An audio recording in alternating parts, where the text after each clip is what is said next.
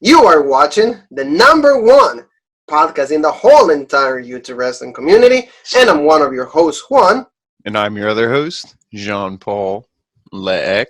And together we are Robre. Robre.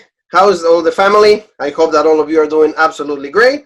And Jean-Paul, another Wednesday for the Wednesday Night Wars. NXT going against AEW. Family, we always do AEW first just because we feel that AEW it starts with an A. No, it just happened for like the A for the AEW. But Jean-Paul, what are your thoughts about this show? It was a pretty decent show. I mean, you and I both like the women's match. The women are always legit. I feel like because a lot of people said, oh, it's the weakest part of the show. They're like, well, we're going to start proving all these fans, all these marks wrong. And I think they're doing it. They put on some pretty good matches. Kenny Omega still proves he's legit, but he's stuck in the mid card for whatever reason. Yeah. And we saw Jericho beat the shit out of Pineapple Pete. So I guess it was a pretty good show. It was all right. We also had the Snake and Lars Archer, and a little bit of interactions with Cody Rhodes. Yeah, that kicked off the show again. AEW, they're always kicking off the show, hot. So that's pretty, you got to appreciate that. And we got the main event. We got Christopher Daniels going against the Exalted One and self-proclaimed AEW World Heavyweight Champion. Which when he did that, I was like, this guy's never winning the belt. He's never, ever. This is it. You're never winning that strap, man. Thanks for coming. Yeah, pretty much. Like when you always do that, that means like you're not going to be winning the championship. So we're going to start, but before we do so, thank you so very much, family. Jean-Paul has a video about the wrestling hall is back, and we have that like a new figurines, right? Yeah, they're like the old muscle style with like little figurines and stuff. So yeah, check out that. It's all the old WWF legends. Macho Man, Andre, Jake the Snake. By Super 7, is that what it was, right? Yeah, that's Mattel and Super 7 worked together, and then that's who made them, so. Yeah, pretty legit really video. Cool stuff. And as long as Macho Man is in it, I'm all down for it, so check it out. Very quick video, just like enjoy it. Jean-Paul Wrestling Hall family, don't forget to check all the other videos we have of all the things that happen on Money in the Bank. We have Monday Night Raw. Becky Lynch is pregnant for the ones that don't know. But let's focus on AEW. So Jean-Paul, like you said, Lance Archer and Jay the Snake opened the show. The Snake sounded a little done, like you said. Yeah. It's probably, and just probably because this show was not live, for the people that are asking. Nope, it was not live. So Jake the Snake comes out, and he comes out with Lance Archer. So he's saying that he's been asked to apologize, but she can kiss his fat ass first. Apologizing about what? Apologizing about pulling the snake on Brandy Rose last week. So he says also everything is fair game when you step into the ring. It's no man's land. So this is their story, and they're writing the chapters. And as far as he's concerned, women are great at home, are wiping babies' butts, cooking, cleaning, and keeping men warm. And do I agree to that? Absolutely %. 100 and 1,000 and 10,000%. So thank you, Snake, for at least, giving us some old school vibe on that. So Robert says that he's watching Archer, and that gets him like really a Randy. I think Randy might be the snake, the snake that like he carries, not Damien anymore. And he says he gets really excited by that. But he turns his attention to Cody because you could see like an engine, right, Jean-Paul? You could hear it in the commentary. He was selling it. They're like, oh, what's that? And Cody was like right outside in his like, $400,000 car. Yeah, man. Like he had like even the logo of the American Nightmare. So like kind of like a Stone Cold Steve Austin vibe right there. Like, coming into the ring really pissed off. So both of them, they had like, they went at it.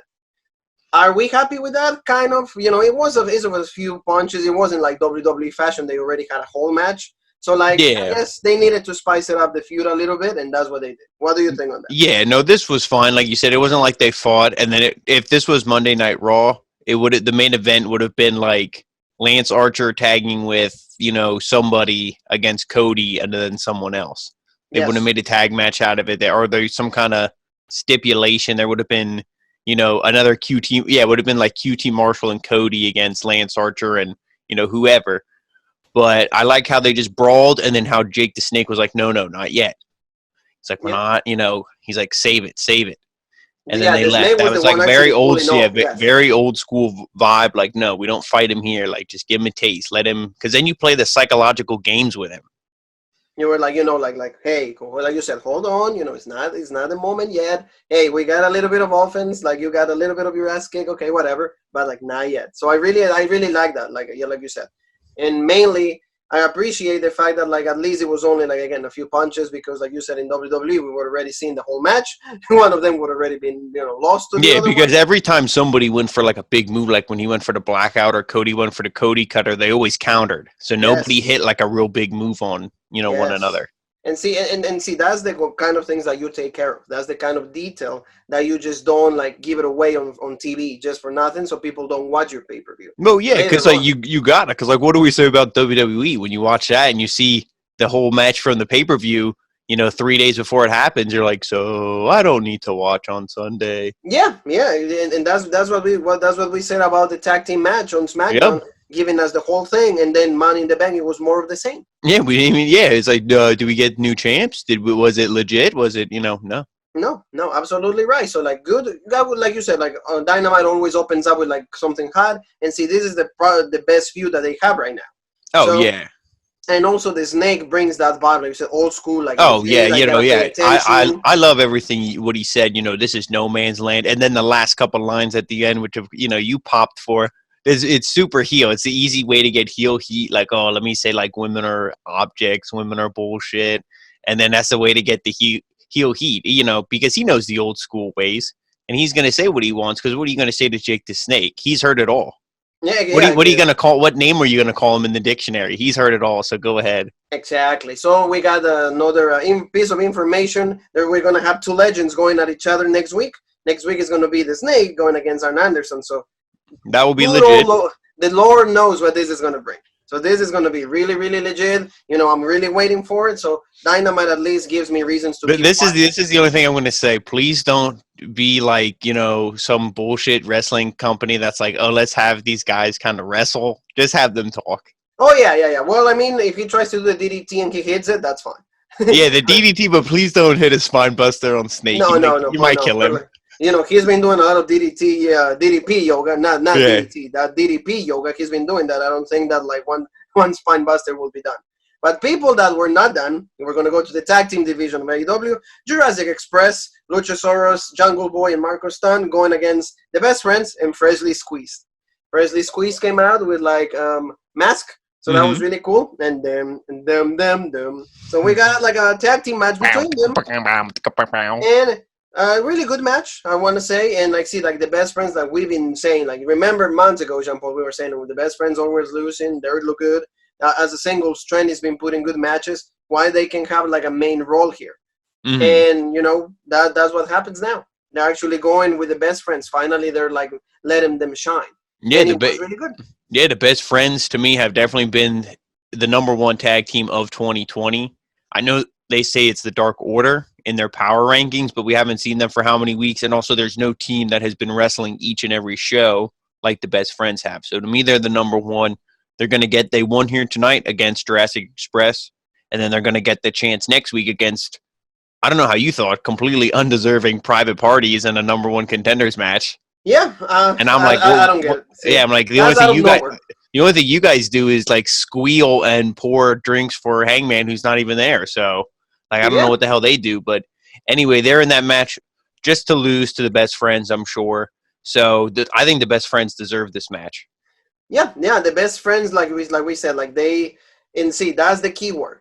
They were wrestling throughout the whole pandemic.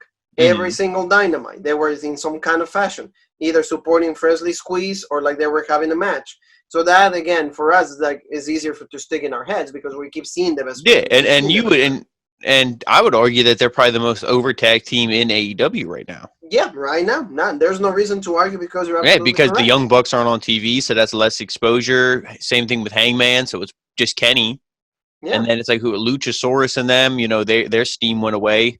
Lucha Bros, I mean, I'm wearing the shirt now, but it's like, they haven't been for, we haven't seen them besides tonight, for a Besides long tonight, yeah. time. Yeah, but he says, I don't know, like, I don't know how he crossed the border. I'm not Hmm. going to go there. I'm not going to say anything on that respect. I Hmm. know all of you want me to say it. No, I'm not saying it.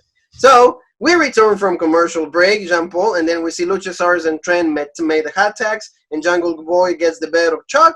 with some strikes. Then Trent comes back with a flying knee to Jungle Boy, and then Luchasaurus clocks him with a question mark kick. Then Trent hits Soros with a tornado DDT, and everybody is down and done. But then Cassidy, or freshly squeezed, however you want to call it, gets on the ramp and looks ready to attack, but out of nowhere, point the shirt out, pointed it out. That's right. That's right. Yeah. Yeah, that's right, Mr. Ray Ray Phoenix with a big kick to take out Orange Cassidy. So Trent gets distracted along with the referee, and MJF attacks Jungle Boy. So you see like a bunch of things happening right now. There's a lot of things happening right now. So then Taylor takes the advantage and hits a pile driver to Jungle Boy, and 1, 2, 3, and they get the win. Legit also that the fact that like they use a pile driver as a finisher. Because, it's a banned move, and a lot of people like don't like to use them anymore. But see, at least him doing it like shows that like, hey, but see, can be safe. Yeah, they can still win. And that's the thing too. Like you and I say like, WWE isn't the whole like it isn't the only place in wrestling. So it's like it's banned, but just in WWE. Yes. Even though they're the most popular. When you think of wrestling, you think of them. But anywhere outside of there, you can use that move. I mean, the Lucha Bros use the package pile driver with the stomp, and I think Penta's finisher is just the package pile driver. Yes. So so they use it. We saw Chuck Taylor use it here. I think he calls it the awful waffle or something like that. Yes, it has some weird funny name, but absolutely right, Jean-Paul. Stuff like that and DDTs. It's like I think are legit finishers, dropping a dude right on his head. And it's good to see the best friends win, and all the interference I liked because now I guess we get the Lucha Bros back, and Ray Phoenix and Orange Cassidy are both going to be in that ladder match. Yes, and the Casino Royale, or the Battle Royale, in Double or Nothing, that's going to be taking place on Saturday, May 23rd, 2020. Oh, it's a Battle Royale. Oh, yeah, I don't want to think a ladder match, but ladder match would be cooler. But anyway, it's a Battle Royale, but it's a ladder match. Oh, it is. Oh, okay. So I am right. Oh, okay. It's both simple. Yeah. Okay. Good. Yeah. But no. So we're gonna see them score off. So like, I like that interference. And then when everything's going crazy, I also like how MJF was like, "Well, screw this. I'm gonna take advantage of it." And he starts beating down Jungle Boy. Yes. Yeah. Like I like. It's just like a feud right there. Yeah. There was nothing for MJF to do. Well, there is something now. Yeah, because they have them booked that Double or Nothing in a match. So he's like, "Why the hell shouldn't I just beat this guy down? Maybe." He can go into that thing only 60, 50%, and I'll go in 100%. And I love at the end of this thing when Wardlow just takes Marco's stunt and just slams him right into the barricade. No, yeah, that was a well. He threw him like you freaking like you smack like a bee that's like buzzing in your face. Like, get out of here. Well, like that's the kind of good things that you can do with like Marco's stunt because he's so little. He's so tiny. You can just use a big dude and boom, and it looks really legit. Yes, absolutely right. So he does that, and the best friends check on Cassidy while Luchasaurus helps Marco stand to his feet. So then we also see Jon Moxley. He's arriving to the building, and like I said, he doesn't want to talk. He's not in the mood to talk, but Brodie Lee stole his style. Yeah, this was complete. I mean, Alex Morvez, please fire him. You could hire the homeless person outside at 7-Eleven. I feel like they'd have more charisma than Alex Morvez. When Moxley came in, he's like, "Oh, can we ask you about Brodie Lee and stealing the title," or whatever the hell he said. Moxley just walks by him, shoves the cameraman. He's like, "I've never seen Jon Moxley like this." You've never seen Jon Moxley shove a camera or be angry? Like, dude, have you ever seen Jon Moxley ever in your life for more than 3 seconds? Yeah. What do you mean, John? This is who he is. He would do this even if he had the belt around his waist. He'd still shove the camera.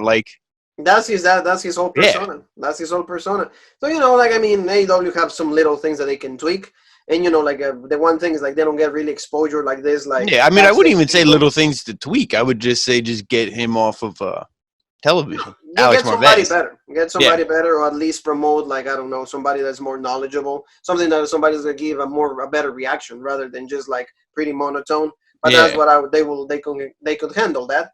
Jump all fatal 4-way. See, this is to me the best part of the show, just because like you said, we've been saying for weeks they needed help in the women's division. They need to improve this. Did they do something about it? Yes, they did. They put the best women and they put it in a fatal 4-way. Britt Baker, Statlander, Hikaru Shida, and Penelope Ford. Yeah, legit match. And like you said, these 4 women have been, I mean, Shida to me has always been ahead of the leader of the pack, you could say. But these 4 women have all been kind of floating around, and it's who's going to be the one to break out to be the number 1 contender? And, we finally are seeing the women's champion, Nyla Rose, who is how another, big woman should be booked in another company. Don't know who that could be. But we Who is finally that? have Nyla Rose back on TV. So it's like, now let's book a match. Let's get a feud. And, Hikaru Shida won this thing, rightfully so. But legit match. All four of these women look good. I feel like Penelope Ford, if you watch her in this match and then you watch her in her first match, you see growth. Like, she's gotten better. I feel Britt Baker's gotten better, especially, stealing her. I guess they're married. Her husband's finishers. We saw the Yeah. Canadian Destroyer by The Britt Panama Baker. Sunrise or Canadian Destroy, yes. Yep. So, and then Chris Statlander, I like her more every time I see her, and I'm a huge fan of her as it is. So, all four of these women are extremely good. Yeah, very, very, on point match. They did, all of them and see the one thing you just mentioned, all of them look good. Nobody looks like a loser. Everybody got their spots on. They even do the WWE spot that they always do when it's the superplex into the power bomb. They even do that, and it came out good. So all four women have a good showing for what it is to come. Yes, Hikaru Shida is going to be the number one contender. She's going to be fighting Nyla Rose, Double or Nothing for the women's championship. Yes, but the other three, after this is over, they might have a chance. Yeah, and also after this match too, the only one who was really kind of just floating around with nothing to do was Penelope Ford, but she has her boyfriend Kip Sabian, so she can always tag along with him and maybe get involved in another feud, because there are some other talented women on this roster. But so Hikaru Shida moves on to Nyla Rose, but then you saw on the outside of the ring when this match was over, Britt Baker still had the lockjaw on Statlander. Yes. So you can tell that is okay, this is going to be another women's feud. This is the start. Exactly. And then maybe the winner of that will move on. Boom, they're going to challenge who the champion will be, whether it's Shida or Rose. That's the way I see it going. And to me, I got to applaud them, because now they're making it that their women's division isn't defined by one feud. Now we have multiple feuds, like in NXT. The women's division in NXT has 3, 4, 5 different feuds you could follow if you really break it down. Oh yeah, and see that's what they're doing, and see that's really cool. Also, Britt Baker had the glove, so keep it sanitize it and everything. Yeah, I don't remember who it was, but they're like, "Where'd she get the glove?" Excalibur. Yeah. Excalibur. Where did she get the glove? And then she was applying the mandible claw and Statlander. She didn't care about the outcome of the match. She was just caring of keeping the hole applied. Yeah, that's what I mean. It was over. The bell ring. They're like Hikaru Shida, and she's still and it's so it's this is clearly going to be the start of a feud. And like I said, I'm all for it. Oh yeah, and and for the record, also Shida did the knee, pretty much the signing, the Shining Wizard, that's what she does to Penelope Ford for the 1, 2, 3, and she gets the win. So excellent women's match, and like you said, this women's division was the weakest link, not anymore. So we get Kenny Omega, he's making his entrance because we're gonna get a match against Santana and Ortiz, LAX, or Pride and Powerful going against Kenny Omega and Matt Hardy. All right, Jean-Paul. So tell me a little bit about this match. What do you think of it? Well, I don't want to say that I'm not a fan of LAX. I don't think they're good. I think they're talented. Clearly, when they go, we've seen the stuff that they were doing, excuse me, outside of AEW and all that. But I feel like just recently they kind of been not that exciting. I don't know if they're maybe just trying to be too funny and this and that, but I really want to see these guys be serious, see them go. They're good, but I don't know. And then with Kenny Omega, like I said, I feel like he should be in the main event, not constantly, not he's the only one you focus on, but he's so good. Last week, he made that, match, I thought, and then this week he pretty much carried it again, that I thought. So I think he deserves more, but it wasn't a bad match. I just don't like the Matt Hardy. It's just I just had there's little pet peeves. Kenny gets beaten down in the beginning of this thing. Hardy's music hits and he has to come out and and it's dude, your partner's getting his ass beat in the ring. Why you even wait for the music? He should have been flying out there. Little things that like you said, they could improve.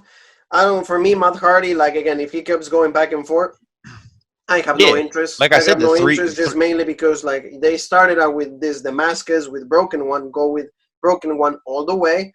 But see, the one thing with LAX or Pride and Powerful, they never win anymore. Mm-hmm. So that's a problem. And like you said, the music is not, for me, is not good.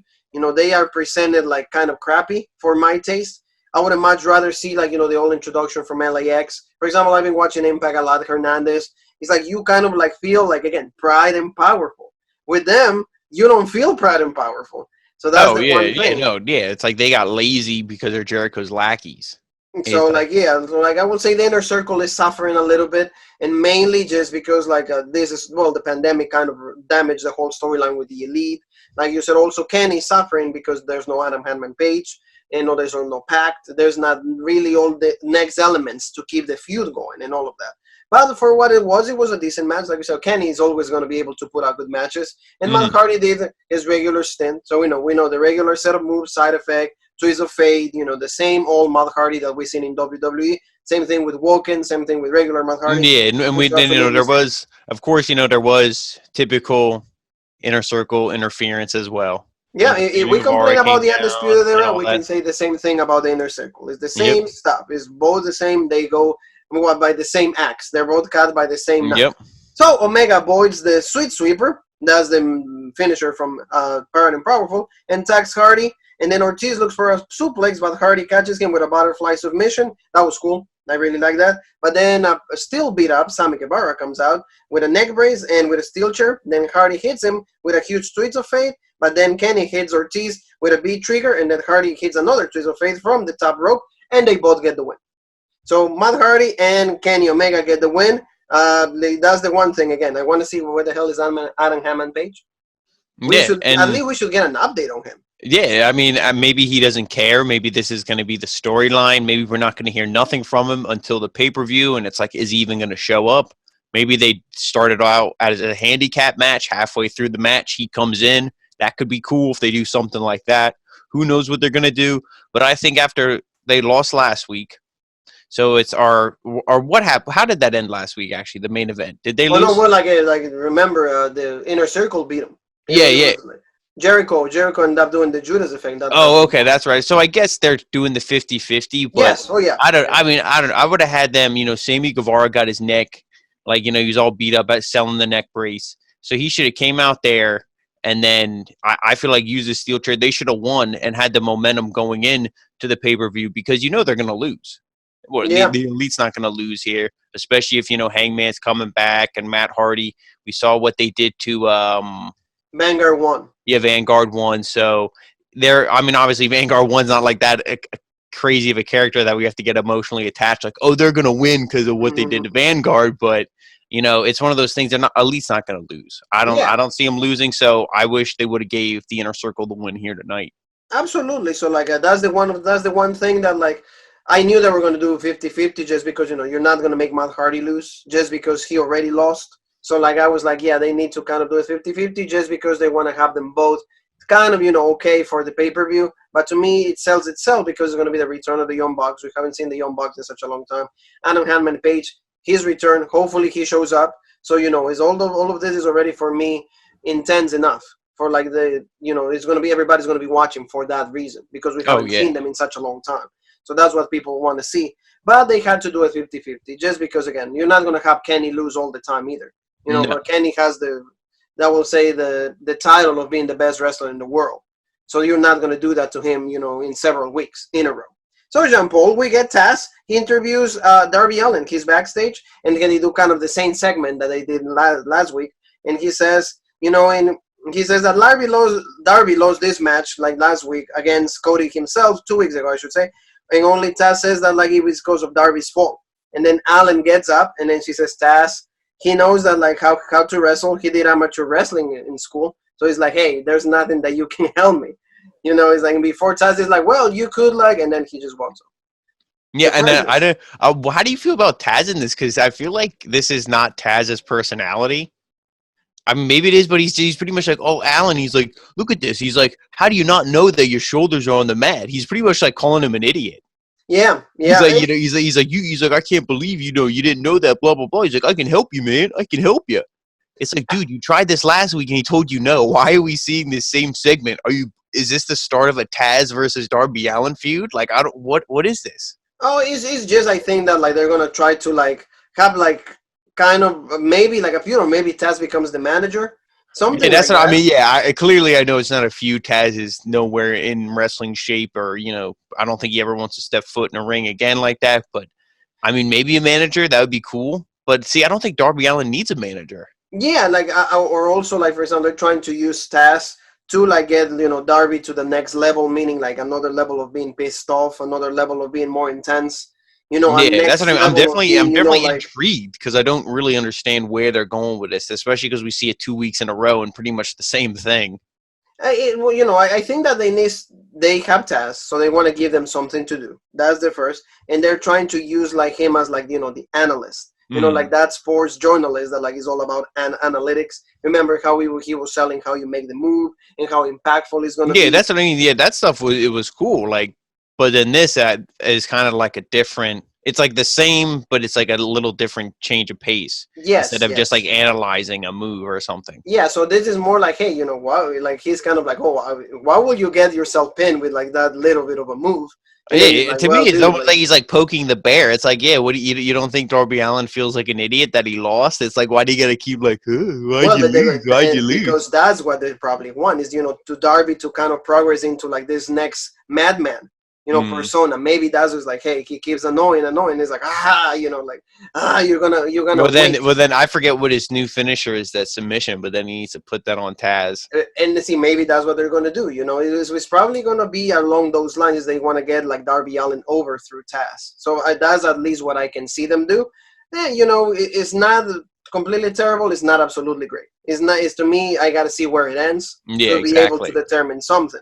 But we get another segment on Hikaru Shida. She's been interviewed backstage, and she's asked her expectations of facing Nyla Rose at Double or Nothing. And Shida says that she's happy because she can focus on winning the title. But then Nyla comes out, and he's like, whoa, relax.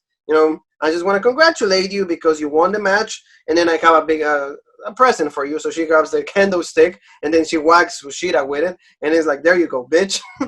So, cool stuff. Yeah, that's what I mean. Yeah, and like we said, why can't Nia Jax be booked like this? If you want Nia Jax to be over and seem credible, book her like this.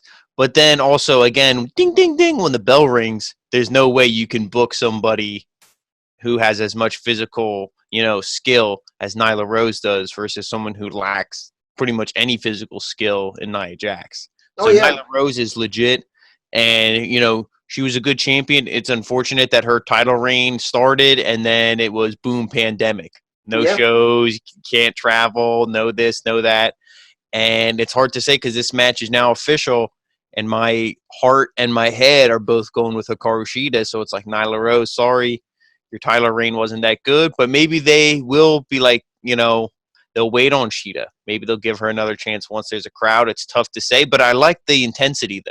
Oh yeah, no, see, and that's the one thing is like I like how like they playing it off.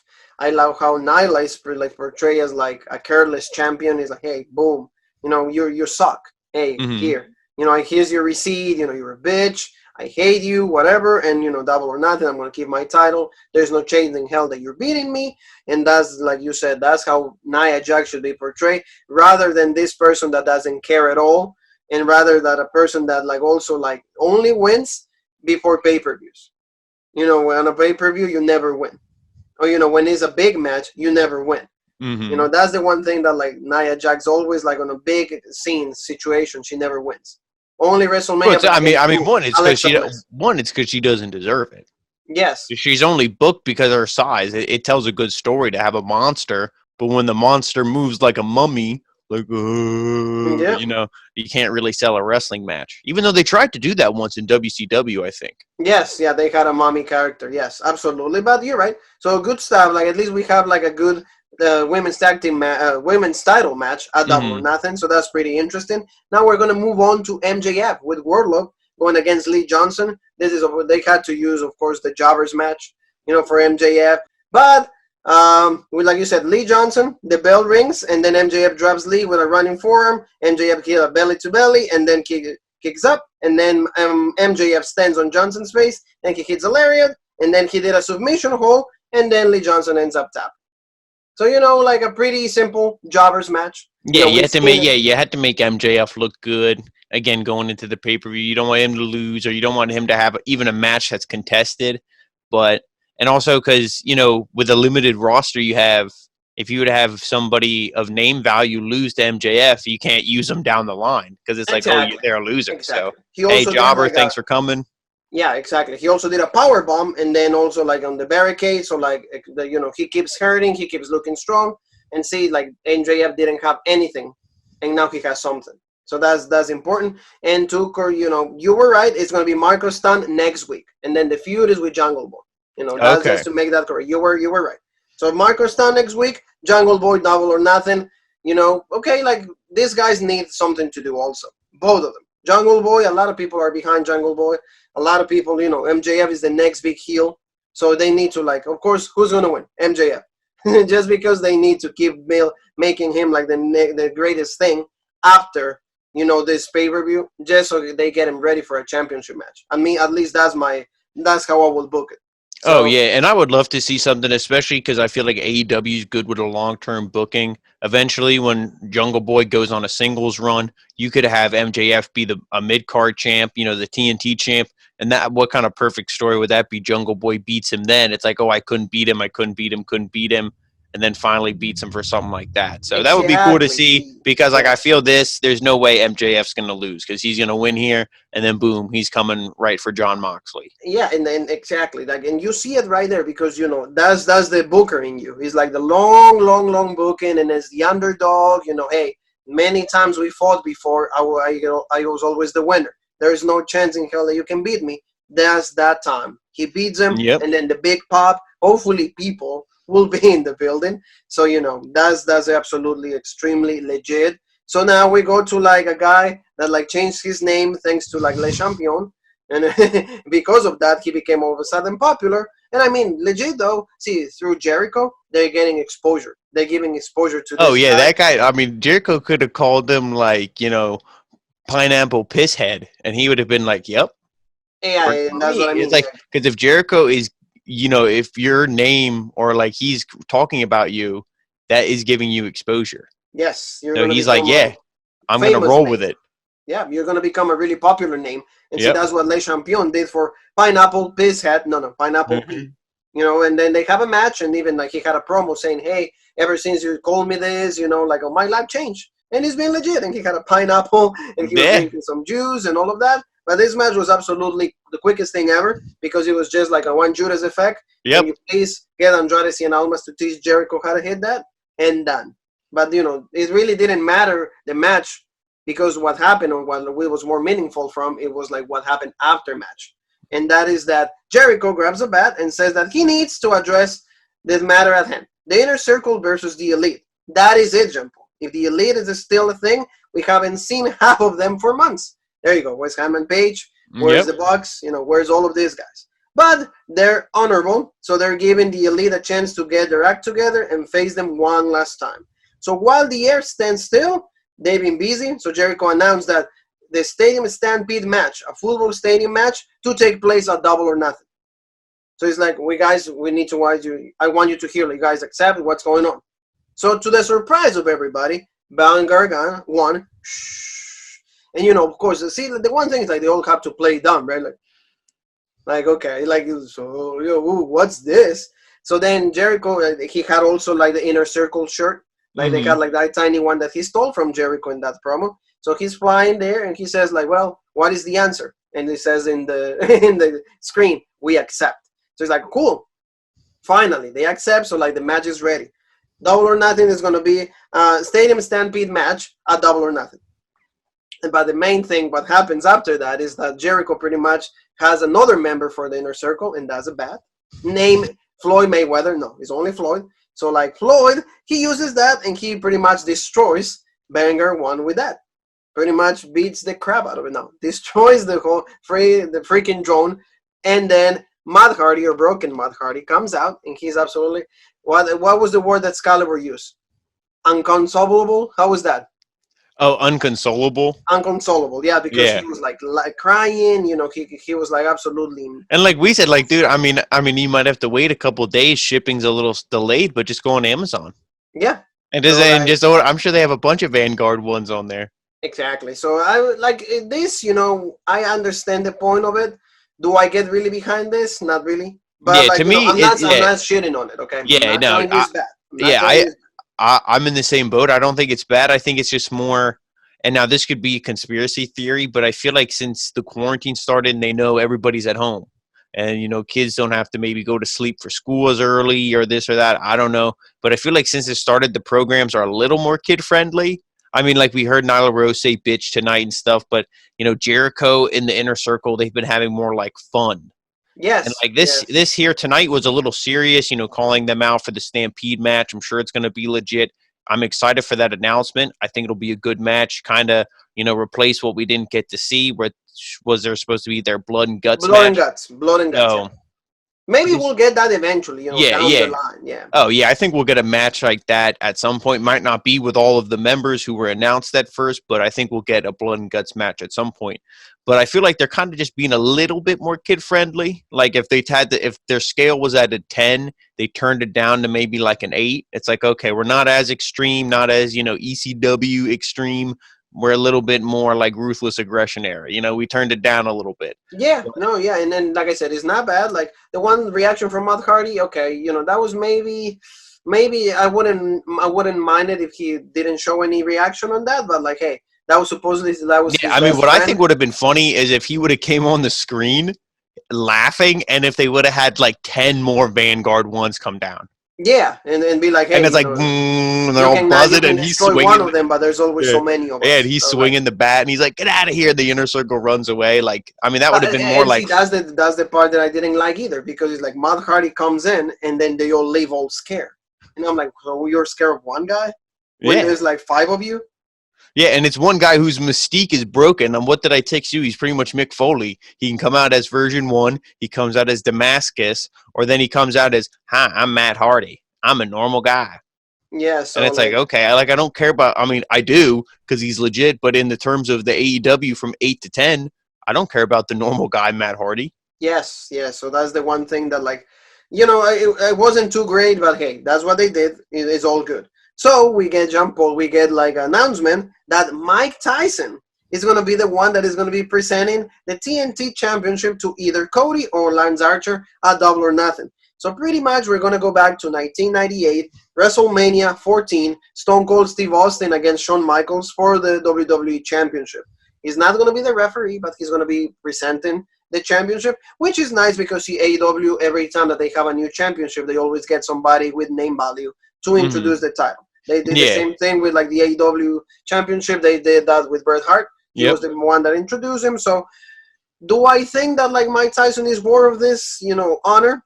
I don't think so, just because Mike Tyson has not done anything in wrestling. Many people like say that, yeah, he was in the Hall of Fame, but it's just because of like his boxing value, because his boxing background rather than wrestling. That's and also, I would do somebody like legit. I don't know what his contract is if he's with WWE, but like somebody like a Ricky Steamboat, somebody like that, I think would be super legit to present the title. And I mean, the only negative thing I see with Tyson, I mean, it may be, hey, it'll get boxing fans to maybe watch, I guess. I'm not sure. But the only thing I think about it is what you said. I think of Mania 14. I think of Austin. I think of, Shawn Michaels. And when I'm watching this, if you make me think of WWE, then you failed. Yeah. Because then you're making me think of, your enemy. And that's what you want to do. For example, like, and it's only me. Hey, we know that like Sting and WWE, they part ways. He's no longer under contract with WWE. That's an easy way out for you to be like, hey, Sting, you want to present the title for us? We'll give you some money. Yeah, like I said, unless they have something planned with him. Now, again, I don't know if he had any thought of like, hey, let me get stem cell stuff. Let me try to wrestle one more time, maybe a couple matches, 3-4 more matches. If that was the case, maybe they're planning something like that with him. But if not, if they're just going to use him like a Dean Malenko or like Tully Blanchard or Arn Anderson on screen, then it would be perfect to have him, be the one to present this. Exactly, because, like you said, like the one thing is like you try to stay away from WWE. That's the goal. And Sting, he's never WWE. He's never going to be WWE. Oh, no. Yeah. When you think of Sting, when you think of Sting, you think of WCW, like you said, early days, Surfer face paint. You think of the Crow.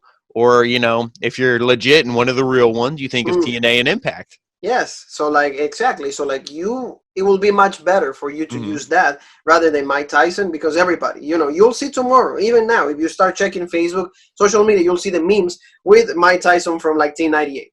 Hmm. So like I just don't see the correlation there. I don't see the liaison. It needs to be presented to me in a way that like, yeah, he's going to enhance our product. Mike Tyson is not going to enhance anything. I Mike agree. Tyson is already a retired boxer. Yeah, he has his day in the sun. Yeah, he was cool, but also he damaged his whole career with Evander Holyfield. We all know that, the bite in the ear and everything. So Hmm. I don't know what's the Yeah, intention that's of why that. I believe that's why the famous video game Mike Tyson's Punch Out. Eventually, they had it just be uh just called Punch Out. He was taken Yes, off the game's title and the yes, cover and everything. So that yes. you know.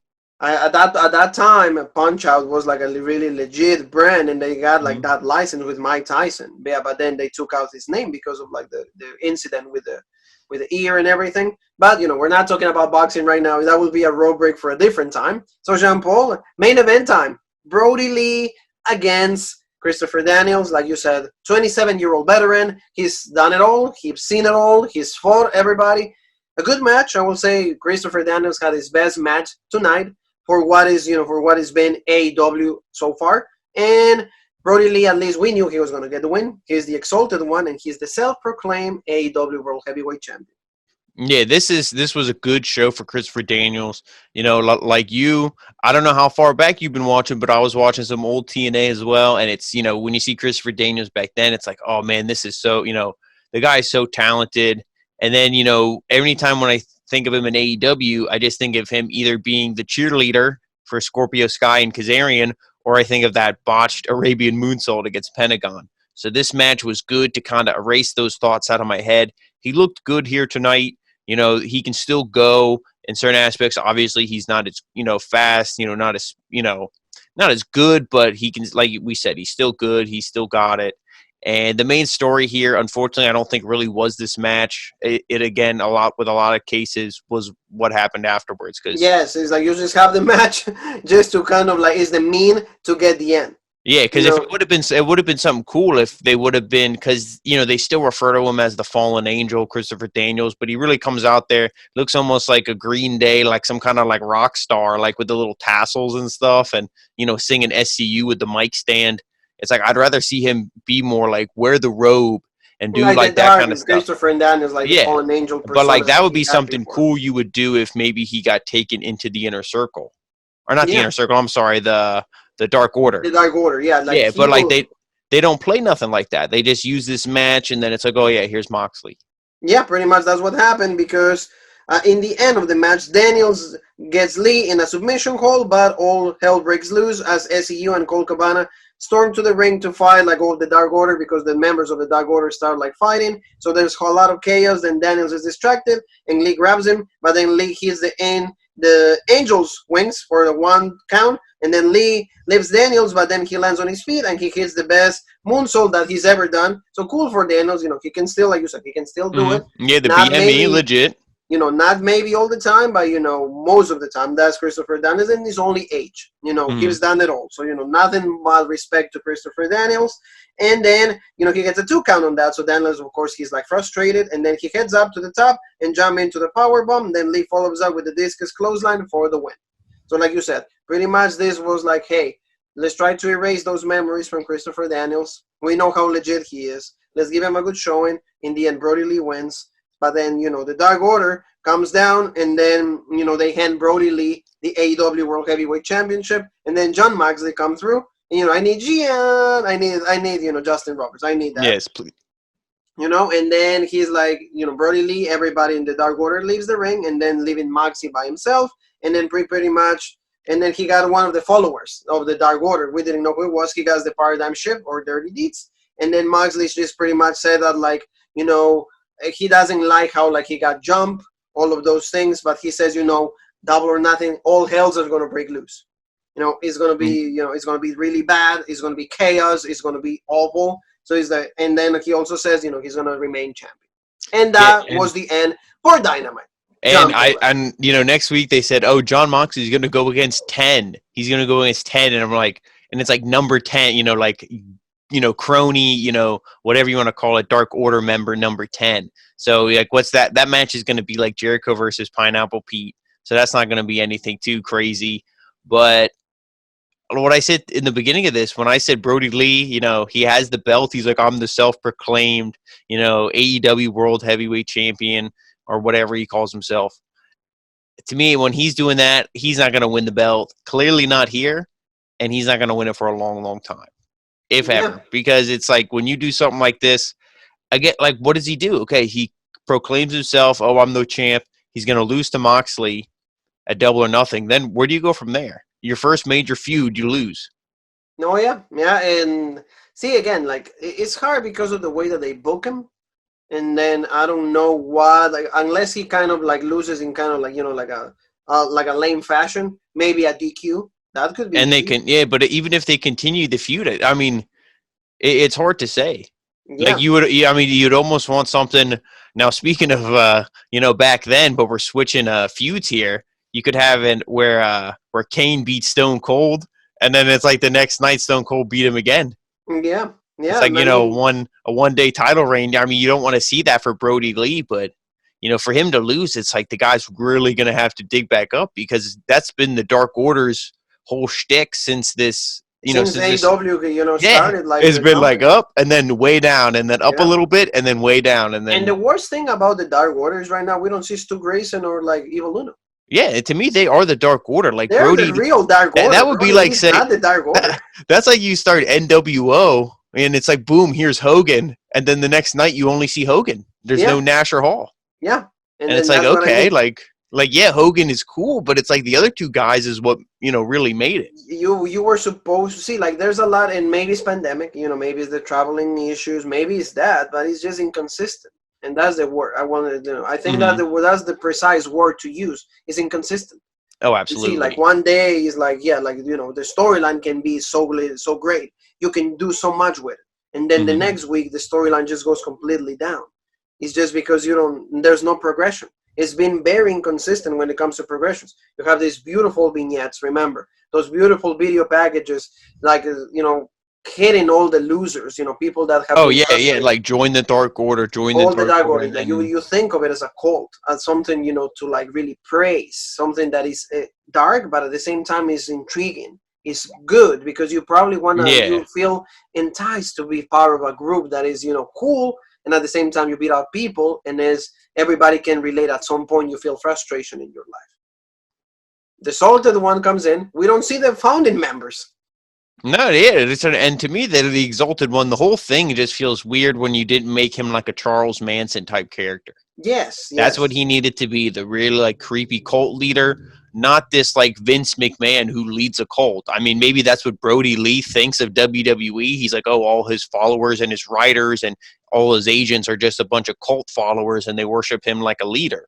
Yes. Maybe they thought, oh, Brodie, we'll take that hatred and we'll work it into the storyline. If that was the case, they went in the wrong direction because it should have definitely been more like cult and magic, because then you could have kind of feuded it with Matt Hardy. Yeah, no, they were like, the way that they did it is not how I would have done it. Like you said, I would have gone more like the cult, more like the Charles Manson vibe. That's what I would have go for. But like again, the level of inconsistency is what that's definitely what like is ruined the whole group, at least, and that's, tell us in the comments, hey, do you guys agree with this? You guys don't agree with this? You guys like how Brodie Lee is being portrayed? But at least for me, it's very inconsistent. I cannot get behind even Evil Uno and Stu Grayson. I cannot get behind guys that I don't see.